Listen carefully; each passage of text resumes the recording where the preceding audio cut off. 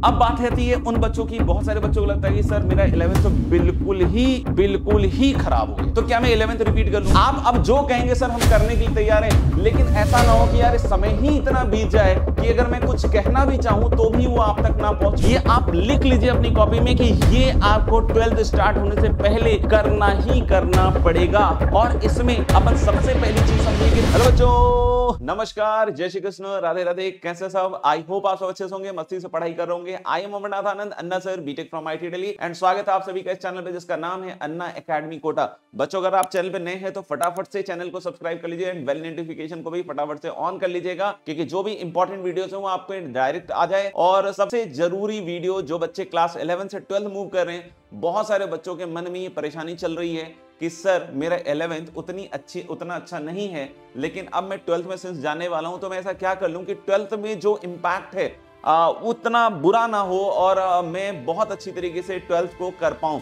तो आज हम इन्हीं सब चीजों पे जानने वाले हैं। बहुत सारे बच्चों के मन में बहुत सारे प्रश्न होते हैं कि क्या मैं 11th रिपीट कर लूं, या इस तरह के बहुत सारी चीजें डायलेमा में चलती रहती हैं। और पढ़ाई तभी होती है जब हम बिल्कुल डाउट फ्री रहेंगे, तभी हम आगे की चीजों को पढ़ सकते हैं। तो बिल्कुल आज इस वीडियो में इन सारी बातों पे जानने वाले हैं। तो वीडियो अगर लंबा हो भी जाए तो आप इसको बिल्कुल एंड तक देखिएगा, और आपसे रिलेटेड अगर कोई उसमें बात है तो आप जरूर उसका सॉल्यूशन वहां से ले सकते हैं। और साथ ही साथ अगर इनकेस आपको लगता है कि आपका डाउट अभी भी रह गया, तो आप इसके कमेंट बॉक्स में लिखकर जरूर मुझ तक बात पहुंचा सकते हैं, and I will try to resolve all your problems, right. चलिए शुरू करते हैं फटाफट से इस वीडियो को। 11th वेस्टेड का मतलब सिर्फ यहाँ पे मेरा इतना ही है। हो सकता है कि बच्चों ने 11th पढ़ा हो, ऐसा नहीं हो कि पढ़ा नहीं हो। जैसे बहुत सारे बच्चे होते हैं कि थ्योरी अच्छी पढ़ ली होती है, प्रैक्टिस उतना अच्छा नहीं हुआ होता है। बहुत सारे बच्चों का तबीयत खराब हो जाता है, या किसी कारणवश चीजें जो हैं वो उतनी अच्छी नहीं रहती हैं, 2-3 महीने का गड़बड़ हो जाता है। और अपन को पता है कि जेई का सिलेबस ऐसा है, या जेई की पढ़ाई ऐसी है कि इसमें कंटिन्यूएशन की बहुत ज्यादा जरूरत होती है। और कोई भी बच्चा हो, चाहे टॉपर हो और चाहे मीडियोकर बच्चा हो, एवरेज बच्चा हो, लेकिन उन सबके लिए कंटिन्यूटी इज वेरी इंपॉर्टेंट। क्योंकि अगर आप टॉपर भी हैं और अगर आपकी पढ़ाई में कंटिन्यूटी नहीं है बच्चों, तो आप मान के चलिए कि आप एवरेज होते देर नहीं लगेगा, और एवरेज से बिलो एवरेज होते हुए भी देर नहीं लगेगा। अगर आप एवरेज किस्म के बच्चे हैं और कंटिन्यूटी से पढ़ाई करते हैं, तो आप कुछ समय के बाद अपने आप को टॉप लीग में लेकर जा सकते हैं। इतना ज्यादा उस कंटिन्यूटी का प्रभाव पड़ता है। तो ऐसा नहीं है कि 2025 में जो बच्चे एग्जामिनेशन देने वाले हैं उनके लिए द एंड हो चुका है, बिल्कुल ऐसा नहीं है। अभी आपके पास बहुत सारा समय है, जिसको अगर आप अच्छे से यूटिलाइज कीजिए तो बिल्कुल आप वहां तक पहुंच सकते हैं। क्या पास्ट में ऐसे बच्चों ने किया है कि भाई 11th इतना अच्छा नहीं होते हुए भी 12th में बढ़िया किया हो, selection JEE advance JEE main में अच्छा हुआ हो और टॉप रैंक तक पहुंचे हैं? तो we definitely have such examples जहां पे बच्चों ने टॉप रैंक तक अपनी जगह को बनाया है। तो वो सारी चीजों के ऊपर आज बात करने वाले हैं। चलिए, तो हम सबका सवाल आज यही है कि क्या हमारा 11th बर्बाद होने के बाद भी 12th को स्ट्रॉन्ग कर सकते हैं? क्योंकि हमने देखा है कि जेई मेन में या जेई एडवांस में जो क्वेश्चंस आते हैं, उसमें 60% जो क्वेश्चंस होते हैं वो कहीं ना कहीं क्लास 12 के होते हैं। फिजिक्स में अगर हम बात करें तो हाँ, फिजिक्स में कुछ ऐसे चैप्टर्स हैं जैसे मैकेनिक्स के, उसके सवाल ज्यादा आते हैं, और आप ऐसा सोच सकते हैं कि 11-12 50-50 हो सकता है फिजिक्स के अंदर। लेकिन आप मैथ्स में शर्तियां ये बोल सकते हैं कि 60% ऑफ द क्वेश्चन या more than 60% even comes from class 12। और इनफैक्ट अगर 11th के भी चैप्टर्स आते हैं तो उसमें भी बहुत सारे क्वेश्चंस ऐसे होते हैं जो 12th के कॉन्सेप्ट्स को यूज कर रहे होते हैं कहीं ना कहीं, और वो आपको आपको एग्जामिनेशन में उन सब चीजों स्किल्स की जरूरत पड़ती है। तो क्या हम 11th बर्बाद होने के बाद भी इस 12th स्ट्रॉन्ग के चीज पे आ सकते हैं? Answer is yes. हम लोग को अपना जो कमबैक है उसको स्ट्रॉन्गर बनाना पड़ेगा सेटबैक के लिए। ये डिटर्मिनेशन यहाँ पे रखना पड़ेगा। अगर ये डिटर्मिनेशन आपके अंदर है तो जरूर से इसके कमेंट बॉक्स में लिखकर बताइएगा कि yes I am ready to study for the. क्योंकि बहुत सारे बच्चे लास्ट में आते हैं तो कहते हैं सर आप अब जो कहेंगे वो करने के लिए हम तैयार हैं, आप अब जो कहेंगे सर हम करने के लिए तैयार हैं। लेकिन ऐसा ना हो कि यार समय ही इतना बीत जाए कि अगर मैं कुछ कहना भी चाहूं तो भी वो आप तक ना पहुंचे और आपका वो जो प्रयास है उतने हद तक ना हो। लेकिन आज जो मैं कह रहा हूं, अगर आपने उसको आज फॉलो किया और लगातार इसके बाद फॉलो करते रहे, तो डेफिनेट सी बात है कि आपका फ्यूचर जो है वो उज्जवल है, आपका जो फ्यूचर है वो ब्राइट है, और कहीं ना कहीं आप आईटीज में अपना स्थान जरूर बना लीजिएगा। क्योंकि जो बच्चों का एम है, जो बच्चों का ड्रीम है, जो उनको आज सोने नहीं देता है, वो ये है कि कहीं ना कहीं आईटीज पहुंच के हम अपने लाइफस्टाइल को या हमारे परिवार की जो स्थिति है उसको मैं पूरी तरीके से ट्रांसफॉर्म कर पाऊं। क्योंकि हर बच्चे का एक कोई उद्देश्य है, एक ऑब्जेक्टिव है। जब मैं भी आईआईटी के लिए तैयारी करता था तो मेरे अंदर भी एक इस तरह का जज्बा रहता था कि यार मेरे घर की जो कंडीशन है, जो रिसोर्सेज की कमी है, कहीं ना कहीं मैं उसको कंप्लीट करके ढंग से कर पाऊं। और इसके चक्कर में मैंने इस पर्टिकुलर ऑब्जेक्टिव को फुलफिल करने के लिए मैंने अपनी पढ़ाई को उस हिसाब से किया और कोशिश की कि हाँ भाई मैं भी आईआईटी में पहुंचूं। आज हो सकता हो कि आपका उद्देश्य कैसा भी हो सकता हो कि मेरे जैसा एक छोटा उद्देश्य हो कि अपने परिवार को ही आप बदलना चाहते हो सकता हो कि आपका उद्देश्य बहुत बड़ा हो कि आप पूरी कंट्री में कुछ ना कुछ कंट्रीब्यूट करना चाहते हो। आपका उद्देश्य जो भी हो तो आप उसको अगर पूरा करना चाहते हैं और थ्रू आईआईटी जैसे प्लेटफॉर्म से पूरा करना चाहते हैं, जो कि आप मान सकते हैं कि one of the top renowned platforms in India हैं, तो डेफिनेट सी बात है आपको संघर्ष पूरा करना पड़ेगा, मेहनत पूरा डालना पड़ेगा, आपको जम के मेहनत करनी पड़ेगी। आपको कभी भी ऐसा नहीं सोचना होगा कि यस आप ये नहीं कर सकते। आपको हमेशा प्रतिपल यही सोचना पड़ेगा कि you are only destined to do this. आपका बर्थ ही इसलिए हुआ है कि आप ये सारी चीजों को अच्छी तरीके से कर सके। तो यहां तक पहुंचना कोई आसान काम नहीं है। यहां तक पहुंचने के लिए आदमी को अपने अंदर का हर चीज को बेस्ट करना पड़ता है और उसके बाद आप यहां तक डेफिनेटली पहुंच सकते हैं। अब हम बात करते हैं क्लास 11 के टॉपिक्स के बारे में, राइट। जब हम क्लास 11 के टॉपिक्स के बारे में बात करते हैं तो हमारे पास ये सारे टॉपिक्स रहते हैं। Basic maths, compound angles, maths की बात करूंगा मैं तो सिर्फ इस वीडियो में। Basic maths, compound angles, quadratic equations, logarithm, sequence progression और इस तरीके से तमाम टॉपिक्स हैं।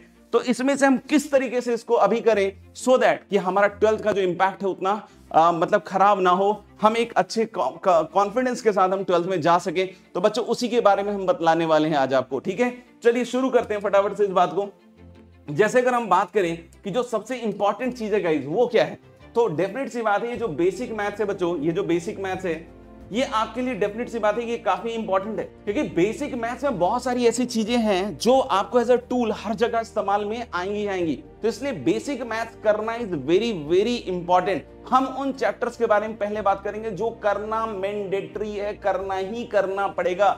12th में कैलकुलस शुरू होने, क्योंकि कैलकुलस का वेटेज आपको ही पता है 50% होता है और आपको अगर वो 50% में बढ़िया परफॉर्म करना है, क्योंकि अगर 50% ही मार्क्स अगर आ जाते हैं तो जेई मेन हो चाहे जेई एडवांस हो, मैथ्स के अंदर अगर हम लोग बोले कि 100 में 50 नंबर लेकर आ गए या 99 परसेंटाइल, मतलब इकलौता कैलकुलस ऐसा है जो 99 परसेंटाइल आपको लाके दे सकता है। और भी 12th में चैप्टर्स हैं जिसके बारे में हम बात करेंगे कि इसके लिए क्या प्री रिक्विजिट्स हो सकते हैं, तो उस पर हम बात करने वाले हैं। तो basic maths definitely is one such topic जो आपको करना ही पड़ेगा। कंपाउंड एंगल्स को भी करना ही पड़ेगा, quadratic equations, logarithm, sequence and progression and trigonometric equation, यहां तक आपके लिए ये जो कॉलम है ये मैंडेटरी में आता है। ये मैंडेटरी में आता है दोस्त, ये आपको करना ही करना पड़ेगा। अगर आपने इसमें से कोई भी टॉपिक को अगर मिस किया तो आगे चल के आपको 12th में भी ये इंपैक्ट करने वाला है। तो basic maths, compound angle, quadratic equation, logarithm, sequence and progression, trigonometric equation,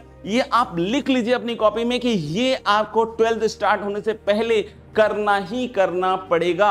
और इसमें अपन सबसे पहली चीज समझिए कि थ्योरी डेफिनेटली करेंगे हम लोग, इसमें और क्या कर सकते हैं उस पर भी बात करेंगे। लेकिन ये चैप्टर्स मैंने क्यों लिखा है सुनिएगा ध्यान से।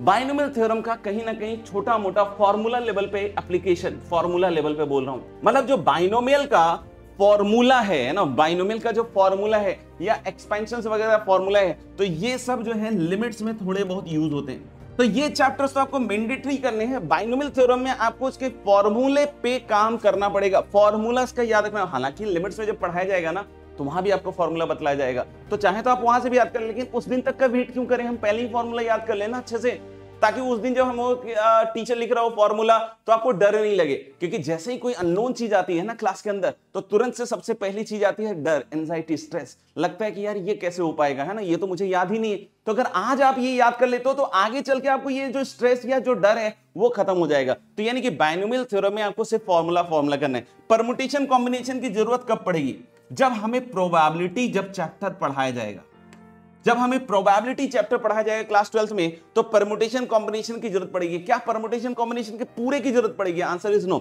हमें परमुटेशन कॉम्बिनेशन में फंडामेंटल प्रिंसिपल ऑफ काउंटिंग और जो ग्रुप डिवीजन होता है ना, ग्रुप में कैसे डिवाइड करते हैं, या फिर आइडेंटिकल का जो डिस्ट्रीब्यूशन होता है, मोस्टली इन सब चीजों पे ही प्रोबेबिलिटी में थोड़ा बहुत सवाल बनता है। लेकिन प्रोबेबिलिटी इसका सिर्फ और सिर्फ 20% है। लेकिन कॉन्फिडेंस के हिसाब से आपको ये आना चाहिए, क्योंकि समझना चीजों को। जैसे प्रोबेबिलिटी सिर्फ और सिर्फ पीएनसी नहीं है। बहुत सारे लोग बोलते हैं कि पीएनसी अच्छा है तो प्रोबेबिलिटी अच्छा हो जाएगा, ऐसा कोई रूल नहीं है। सिंपल सी बात बता रहा हूं, ऐसा कोई रूल नहीं है। प्रोबेबिलिटी आपका अच्छा हो सकता है इवन दो पीएनसी आपका उतना अच्छा भी नहीं हो। आपका अगर 10% ही पीएनसी अच्छा हो तब भी आपका प्रोबेबिलिटी जो है 90% प्लस हो सकता है। क्यों? क्योंकि बिल्कुल हम एग्जैक्टली डिट्टो वही काम नहीं करते जो पीएनसी में कर रहे होते हैं, वही काम प्रोबेबिलिटी में होता है। प्रोबेबिलिटी में थोड़े अलग काम कर रहे होते हैं। हाँ, जरूर थोड़ा बहुत बेसिक जो है पीएनसी का यूज होता है। तो प्रोबेबिलिटी का आपको अगर पता हो या आपने नहीं देखा हो तो मैं बता रहा हूं आपको कि प्रोबेबिलिटी का एक सवाल जेईई मेन में जरूर आता ही आता है, और जेईई एडवांस में तो कॉम्प्रिहेंशन पे आता है। 2 से 3 सवाल दोनों पेपर मिला के आते हैं। तो जब हम प्रोबेबिलिटी जैसे चैप्टर को डील करेंगे तो आपको पीएनसी कहीं ना कहीं FPC, fundamental principle of counting, group division, identical का डिस्ट्रीब्यूशन, इन सब चीजों पे फोकस करना पड़ेगा। तो आप समझ गए कि पीएनसी अभी आपको करना जरूरी है क्या? नहीं। जब प्रोबेबिलिटी की शुरुआत होगी तब आपको ये पहले से करके रखना पड़ेगा। यानी जब इस ऑर्डर में आप इसको कंप्लीट कीजिएगा, इसमें क्या क्या करना है इस पे बात करेंगे अभी, लेकिन जब इस ऑर्डर में इसको कंप्लीट कर चुके होंगे और अब आपके पास समय है तो सबसे पहले बाइनोमियल थ्योरम का फॉर्मूला याद कर लेंगे। फिर अगर हमारे पास और समय मिलता है तो हम क्या करेंगे, परम्यूटेशन कॉम्बिनेशन के ये पर्टिकुलर टॉपिक्स जो है ये हम जरूर से पढ़ लेंगे। फिर कोई बोलता है कि सर इसका क्या करना है, तो भाई देखो ये तुरंत से तो अभी कोई काम का नहीं है, क्योंकि ये अपने आप में फुल पैकेज है ना। ये जब भी आप मतलब इसका बहुत ज्यादा इस्तेमाल आपके क्लास 12 में नहीं हो रहा होगा। बेसिक इस्तेमाल जो y = mx + c है या y = x² टाइप की चीज है, ये सब थोड़ा बहुत आपको आता है, वो आता ही होगा। जब ये पढ़ोगे तब भी हो जाएगा। क्वाड्रेटिक में भी ये सब चीजें आपके यूज में आ जाएंगी। तो अभी ये हमारे लिए इतना इंपॉर्टेंट नहीं है, लेकिन एग्जामिनेशन के पॉइंट ऑफ व्यू से तो इंपॉर्टेंट है। तो यानी कि ये आगे चल के भी आपको समय मिलेगा जब आपको कर सकते हो। लेकिन अभी हम किस चीज पे बात कर रहे हैं कि अगर हम 12th स्टार्ट कर रहे हैं तो ऐसे कौन से टॉपिक्स हैं जिसको बिल्कुल पक्का कर दे। कोई बोले कि नहीं सर मेरे तो सारे टॉपिक ठीक है इसमें, तो भाई आपको इन पे और पकड़ बनानी पड़ेगी और ग्रिप बनाना पड़ेगा। जब और पकड़ और ग्रिप बनाओगे इन टॉपिक्स पे तो आप 12th बहुत अच्छी तरीके से निकाल पाओगे। समझ में आ गया? क्योंकि 12th में आप देखोगे ना कि हर चीज की फ्रीक्वेंसी ज्यादा होगी, समय जो है सेल्फ स्टडी को और कम होने वाला है। यानी कि वहां जब तुम पहुंचोगे तो 11th अगर आपने बढ़िया तरीके से थोड़ी कर रखी है तो आप समझ लीजिए कि बहुत अच्छा। यानी कि अभी हो सकता है कोई बच्चा ऐसा भी हो कि बिल्कुल उस लेवल पे नहीं हो, है ना, क्योंकि 11th हमने उतनी अच्छी तरीके से नहीं पढ़ी। तो भी मैं कह रहा हूं कि आप अगर इन 5 टॉपिक्स को भी पढ़ लें स्टार्टिंग वाले, अब 5 या 6 देख लेता हूं मैं, 1 2 3 4 5 6, है ना, ये टोटल 6 टॉपिक्स अगर आप कर लेते हो तो मेरा मानना है कि आपको 12th का इंपैक्ट जो है वो कम से कम आएगा। अब यहां पे एक सवाल आता है कि सर क्या सिर्फ थ्योरी पढ़ के सब ठीक हो जाएगा? Answer is no, of course no. IIT JEE is all about problem solving. अगर IIT JEE all about problem solving है तो थ्योरी पढ़ के कैसे हो सकता है? यानी कि थ्योरी वाला काम तो आपको करना ही करना है। जो क्लास इलस्ट्रेशन से, जो उसके कॉन्सेप्ट से, बेसिक फंडामेंटल्स है, कॉन्सेप्ट्स, वो सब तो पढ़ने ही पढ़ने हैं। लेकिन उसके साथ साथ ध्यान रखिएगा, है ना, उसके साथ साथ आपको ध्यान से सुनिएगा, उसके साथ साथ अगर आप मेरी शीट को रेफर कर रहे हैं तो एक्सरसाइज 1 मतलब जो आपका ऑब्जेक्टिव टाइप जो क्वेश्चंस होता है ना उसकी एक्सरसाइज 2 जो फंडामेंटल सब्जेक्टिव क्वेश्चंस होते हैं ना, जो फॉर्मूला बेस्ड होते हैं, बहुत हाई फाई वाले नहीं, फंडामेंटल सब्जेक्टिव्स, कॉन्सेप्चुअल लेवल, है ना, वो एक्सरसाइज जो भी आप मटेरियल फॉलो करते हैं, जहां का भी करते हैं, तो बस मैं थोड़ा सा गाइडलाइन दे देता हूं। एक्सरसाइज 3 JEE मेन PYQs, है ना। किसी को बहुत ज्यादा डर लग रहा है कि नहीं सर, अरे सर मैं पता नहीं पूरा कंप्लीट कर पाऊंगा या नहीं कंप्लीट कर पाऊंगा, तो मैं क्या करूं? तो भाई आप क्लास नोट्स, क्लास इलस्ट्रेशंस अच्छे से करने के बाद आप JEE मेन के PYQs कर लीजिए। हर चैप्टर में मिनिमम आप 25 कर लीजिए, मिनिमम। ज्यादा कर लें बहुत अच्छी बात है, बहुत ग्रेट बात है, लेकिन मिनिमम 25 PYQs, है ना, 25 PYQs कर लीजिए। आप देखिएगा वो चैप्टर में आपको इतना डिस्कंफर्ट नहीं रह जाएगा, बिल्कुल नहीं रह जाएगा, ठीक है। तो अगर आप समझिएगा, अगर आपका अभी बहुत परेशानी है 11th में, आपका 11th बर्बाद हो रखा है, तो आप इस तरीके से क्या है, theory, class notes, class illustrations, वो सब करने के बाद आपको क्या क्या करना है बच्चों?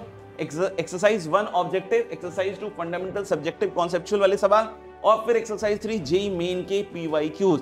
अगर लग रहा है नहीं सर मेरे पास समय बहुत कम है, तो आप सिर्फ क्या कर सकते हैं? JEE मेन के PYQs कर सकते हैं। क्या कर सकते हैं? JEE मेन के PYQs कर सकते हैं। और फिर बाद में सेकंड राउंड में आप इन दोनों चीजों को भी ले सकते हैं। आप इसे राउंड में डिवाइड कर सकते हो। जैसे राउंड 1 कर लिया मैंने, थ्योरी, है ना, theory plus this in round 1, in 6 chapter का, है ना, राउंड 1 में इन 6 चैप्टर का पहले ये कर लिया, और फिर इसको चाहो तो राउंड 2 में, तो थोड़ा तो आपका कॉन्फिडेंस बढ़ ही जाएगा। बढ़ जाएगा कि नहीं बढ़ जाएगा, लिख के जरूर बतलाइएगा, है ना। तो हम लोग बोल सकते हैं क्या कि राउंड 1 में आप क्या कीजिए, थ्योरी और प्लस एक्सरसाइज 3 के जेईई मेन के पीवाईक्यूज, और राउंड 2 में आप इसको कर लीजिए। तो वो जो 6 टॉपिक्स आप कर लोगे तो आपका कॉन्फिडेंस लेवल बहुत बहुत बहुत अच्छा हो जाएगा।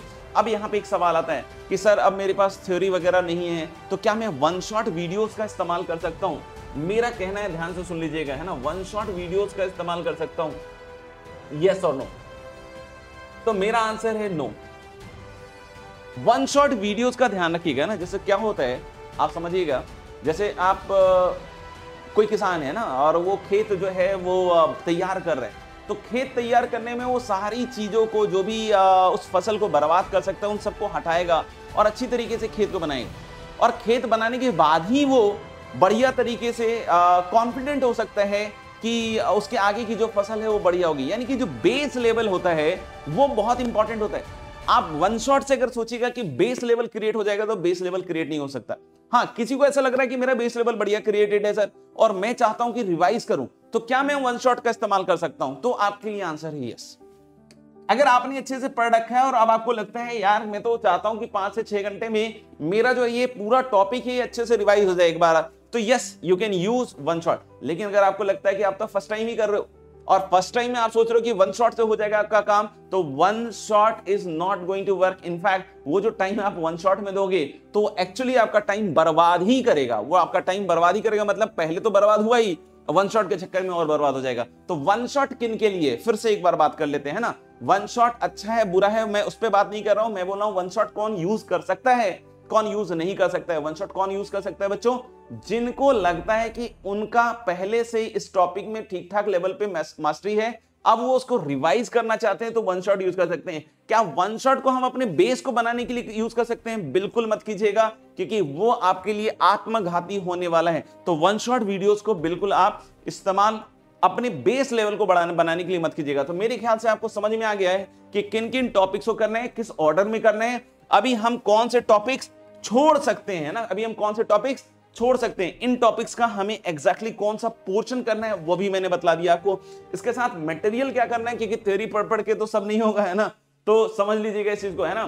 थ्योरी पढ़ जगमुआ, है ना, पंडित भैया ना कोई। जब तक प्रॉब्लम सॉल्विंग नहीं करेंगे तब तक काम नहीं बनेगा, है ना, तब तक काम नहीं बनेगा, ठीक है। अब एक सवाल बड़ा आता है, मैंने ऑनलाइन प्रिपरेशन की थी, मैं ऑफलाइन कर लूं, मैंने ऑफलाइन किया था सर, मैं ऑनलाइन कर लूं। तो इस तरह के सवाल बड़े आते हैं, क्योंकि मैं तो ऑफलाइन में सर कोप अप नहीं कर पाया, तो इसलिए मैं ऑनलाइन करना चाहता हूं। मैं ऑनलाइन में अच्छी तरीके से डिसिप्लिन नहीं बना पाया, तो ऑफलाइन कर सकता। तो आपको समझना पड़ेगा कि आप में से कोई बच्चा अगर ऐसा सोच रहा है कि सिर्फ ऑनलाइन से सिलेक्शन हो सकता है, आंसर इज यस। सिर्फ ऑफलाइन से हो सकता है, डेफिनेटली यस, है ना। लेकिन कोई सोच रहा है कि यार मेरा तो सिलेक्शन इधर से भी नहीं हो रहा है, उधर से भी नहीं हो रहा है, तो फिर इसका मतलब अपने अंदर झांकने की जरूरत है, अपने अंदर झांकने की जरूरत है, अपने आप को ठीक करने की जरूरत है पहले, है ना। सब्जेक्ट सीखने से पहले अपने आप को सिखाने की बहुत जरूरत है।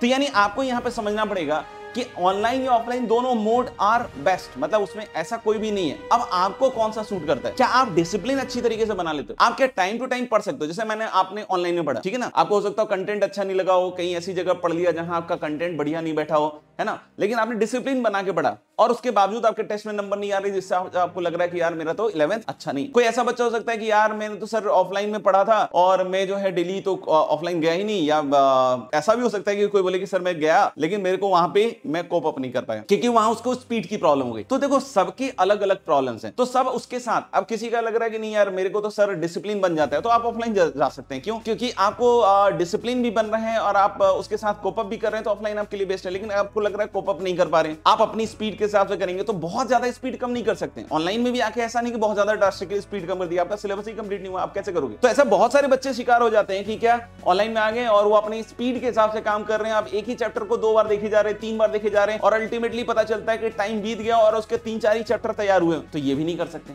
यानी बहुत ज्यादा रिड्यूस नहीं कर सकते। तो अगर आपको लग रहा है स्पीड की प्रॉब्लम है, थोड़ी बहुत स्पीड की प्रॉब्लम है, नहीं तो फिर आपको स्पीड बढ़ाना पड़ेगा, तो आप ऑनलाइन डेफिनेटली कर सकते हो। तो यानी कुल मिला के ऑफलाइन कौन सा बच्चा कर सकता है? डेफिनेट सी बात है, करने के लिए सभी कर सकते हैं। मैं किसी मुहूर्त के पक्ष में और विपक्ष में नहीं बोल रहा हूं, मैं आपकी खुद की जो पर्सनल कैपेबिलिटीज हैं उसको दिमाग में रखते हुए ये बात कह रहा हूं कि अगर आपको लगता है कि आप डिसिप्लिन बना सकते हैं, yes you can opt for online, क्योंकि डिसिप्लिन बनाना ही ऑनलाइन में सबसे बड़ी चैलेंज हो जाता है ना। हो सकता है कंटेंट आपको अच्छे लेवल का भी मिल रहा हो, लेकिन आप डिसिप्लिन नहीं है, तो फिर नहीं बैठेगी बात। आप एक दिन एक लेक्चर तो कर ले रहे हो, दूसरे दिन छोड़ दिया, तीसरे दिन छोड़ दिया, चौथे दिन बैठ रहे हो पढ़ने के लिए, तो फिर तो बर्बाद ही कर रहे हो। यानी कि आपको अपने अंदर में झांकना है ना, अपने अंदर झांकना, अपने आप को ट्रांसफॉर्म करना पड़ेगा। लेकिन अगर आपको लग रहा है कि नहीं यार डिसिप्लिन बढ़िया बैठ रहा है ना, और मैं ऑफलाइन में स्पीड के साथ कैच नहीं कर पा रहा हूं, तो मैं क्या ऑनलाइन में अपनी स्पीड के हिसाब से पढ़ सकता हूं? आंसर इज यस, ठीक है ना। तो इस तरीके से आप मुद्दे लिख लीजिए कि आपकी क्या प्रॉब्लम्स हैं और ऑनलाइन या ऑफलाइन कौन बेस्ट उसको सर्व कर पाता है, यानी कि उसका सॉल्यूशन बेस्ट कौन निकाल पाता है, उसके हिसाब से आप करिए। फिर भी आपको लगता है मेरी जरूरत है, तो आप बिल्कुल मेरे से पूछ सकते हैं, आप मेरे से गाइडेंस ले सकते हैं। और मैंने अपना नंबर बहुत बार ऐसे तो दे रखा है, बाकी आप इसमें मैसेज कर सकते हैं ना, 9950439778। तो आप अपनी प्रॉब्लम्स यहाँ पे लिख के भेज सकते हैं एंड आई विल ट्राई कि मैं जितना जल्दी उसका आंसर कर सकता हूँ करूंगा, है ना। तो इस चीज को आप इस तरीके से सेलेक्ट या जो भी है डिसलेक्ट कर सकते हैं। अब बात रहती है उन बच्चों की, बहुत सारे बच्चों को लगता है कि सर मेरा 11th तो बिल्कुल ही खराब हो गया, तो क्या मैं 11th रिपीट कर लूं? क्या पास्ट में ऐसे कोई बच्चे थे सर जिन्होंने 11th रिपीट करने के बाद ही बहुत अच्छे रैंक तक पहुंचे? Answer is yes. आप 11th रिपीट कर सकते हैं अगर आपको लगता है कि आप बिल्कुल भी अच्छा नहीं कर पाए। लेकिन ऑब्वियस सी बात है, जिन बच्चों से मेरी बात हुई जिन्होंने 11th रिपीट किया है, उनका सबसे पहले कहना था कि यार मुझे तो पहले स्कूल में जाकर सर फेल करना पड़ा, नहीं तो फिर मेरा एक चांस ही चला जाता। तो यानी उनसे, उनकी बातों से मेरे को ये समझ में आई बात कि हाँ भाई, जिन बच्चों ने 11th रिपीट किया वो सिर्फ कोचिंग में ही रिपीट कर रहे हैं, वो स्कूल में भी 11th रिपीट कर रहे हैं, वो स्कूल में भी 11th रिपीट कर रहे हैं, सो दैट कि उनका जो चांस है, या जो 2 टर्न्स का जो चांस होता है 2 कंसेक्यूटिव ईयर्स में IIT JEE एडवांस देने का जो चांस है वो कम ना हो।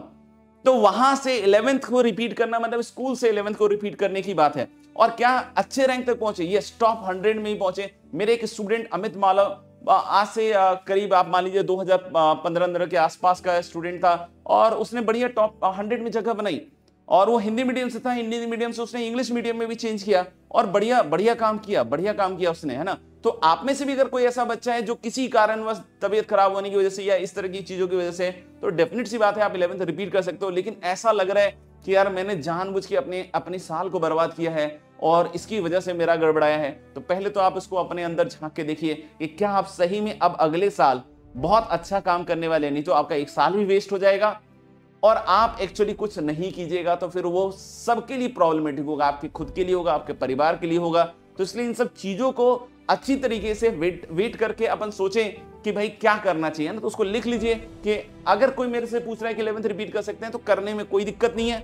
बस ये आप मेरे को कमिटमेंट दीजिए कमेंट बॉक्स में लिखकर कि यस मैं अगले 2 साल पूरे दिल से और पूरे मन लगाकर पढ़ूंगा, तब जाके आप ये काम कर सकते हैं, ठीक है। और मैंने बतला दिया कि जिन बच्चों ने प्रीवियसली 11th रिपीट किया है उन्होंने किस तरीके से 11th रिपीट किया है, स्कूल के साथ किस तरीके से उनको काम करना पड़ेगा, ठीक है। अब एक सवाल आता है कि सर क्या आप हमारी कोई मदद कर सकते हैं इस पर्टिकुलर सीन में?